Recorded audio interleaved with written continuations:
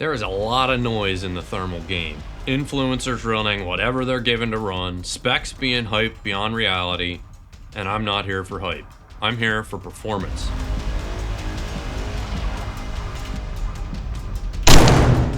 After nearly 2 decades hunting the night, this is the best long-range thermal that you can buy, and I can prove it. If you're still clinging to 640 or even chasing 1280 without understanding base magnification, you're already behind. Everyone's flexing their 1280 cores like they're the future. Newsflash, most of you don't even understand how digital zoom works. You're chasing numbers while I'm stacking bodies with a unit that actually performs. This isn't sponsored, it's not free gear. It's not influencer fluff. This is 20 years of night hunting boiled down into the ultimate loadout. And if you're still running a 640 core, you're basically out here with a flip phone in an iPhone era.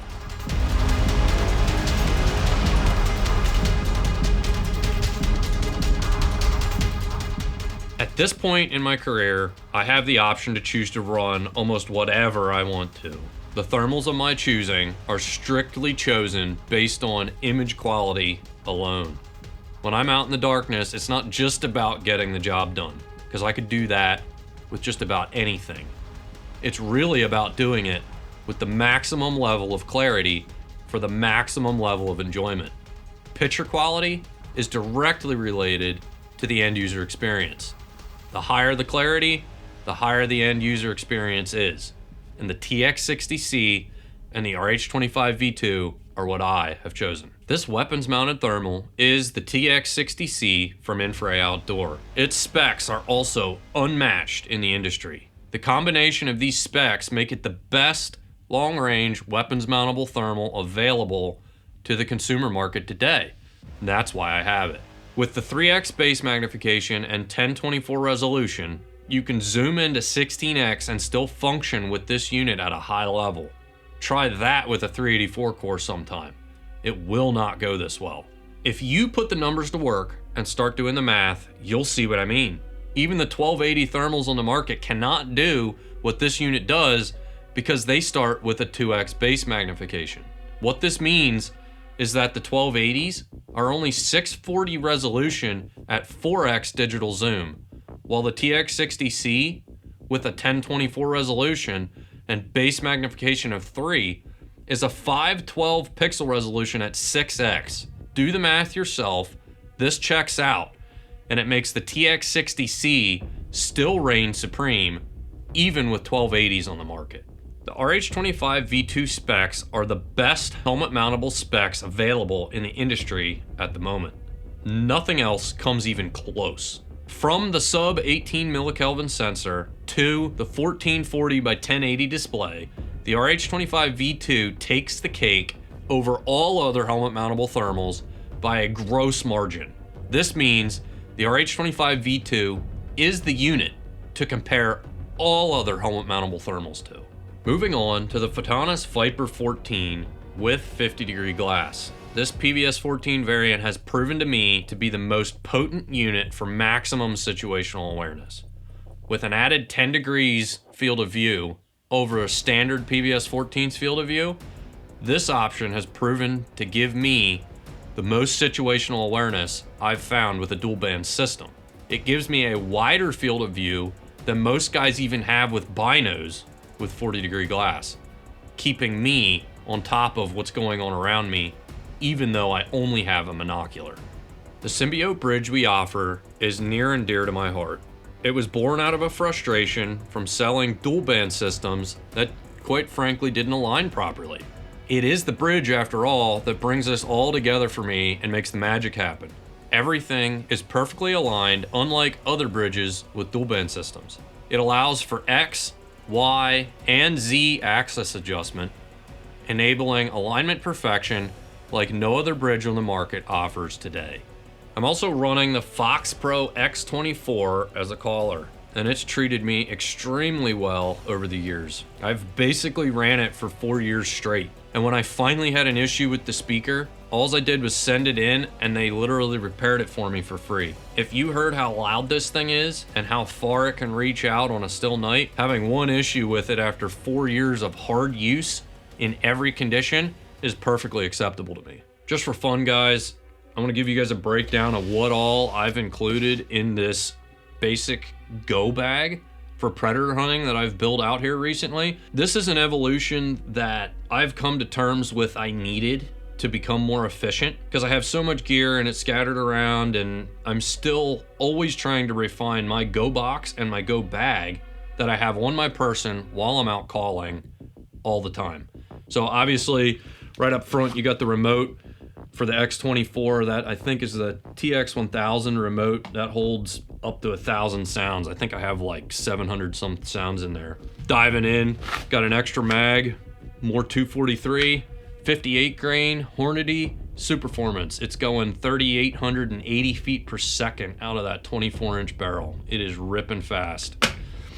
I then also am keeping the Live the Creed pocket trauma kit with me at all times. I do have a Get Home Alive kit in the truck all the time, but I started thinking about it recently. I get pretty far from the truck sometimes. So keeping this on me at all times. I got a tourniquet in there, some quick clock gauze, and some other basic little things that, quite frankly, if you're running around in the dark with nods and guns, you ought to have this stuff on you.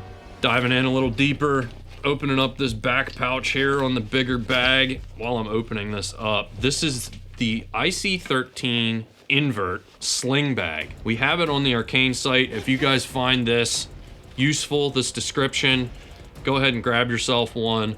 This revolver brings me flashbacks.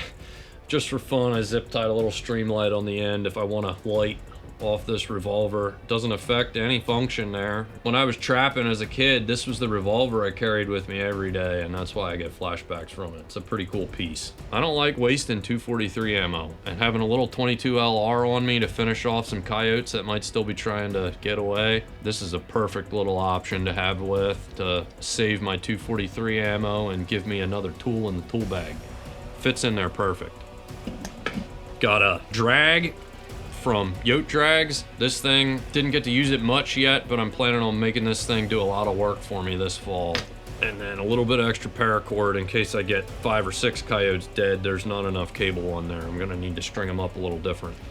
And the smaller bag off to the side, I'm not exactly sure. I think this is an add-on that I can put on the site from IC13. This does not come with the invert sling bag, but it is an option that I can add to the site if you guys are interested in it. I added it for a little bit of extra space in this loadout. I have a couple little hand calls. You just never know if a battery dies in the middle of a set, or if you just want that animal to try and bring it in as close as you can. Maybe calling from where you're at instead of where the speaker is might make or break that situation. So have some hand calls.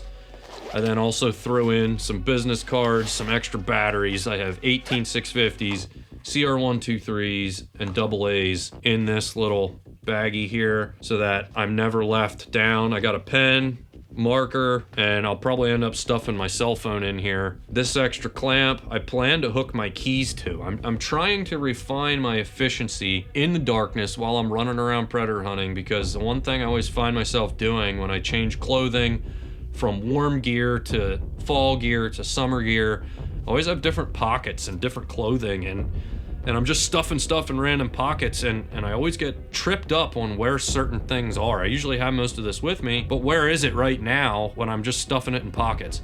So this bag and this setup is gonna allow me to refine my kit in these bags, so no matter what clothing I have on, I always know where each of these little details are, just in case it's high pressure, high stakes, and maybe I need a tourniquet really fast. This combination of equipment is my personal preferred pick from the sum total of almost 20 years of hunting in the darkness. If I had to rebuild my kit all over again with unlimited funds, and I wanted the best thing money could buy, this is exactly the combination of equipment that I would buy all over again.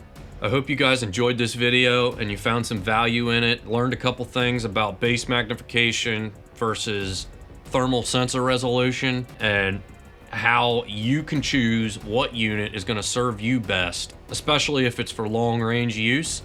Balancing thermal resolution with base magnification is really important. Until next time, keep your heads on a swivel, and we'll see you in the darkness.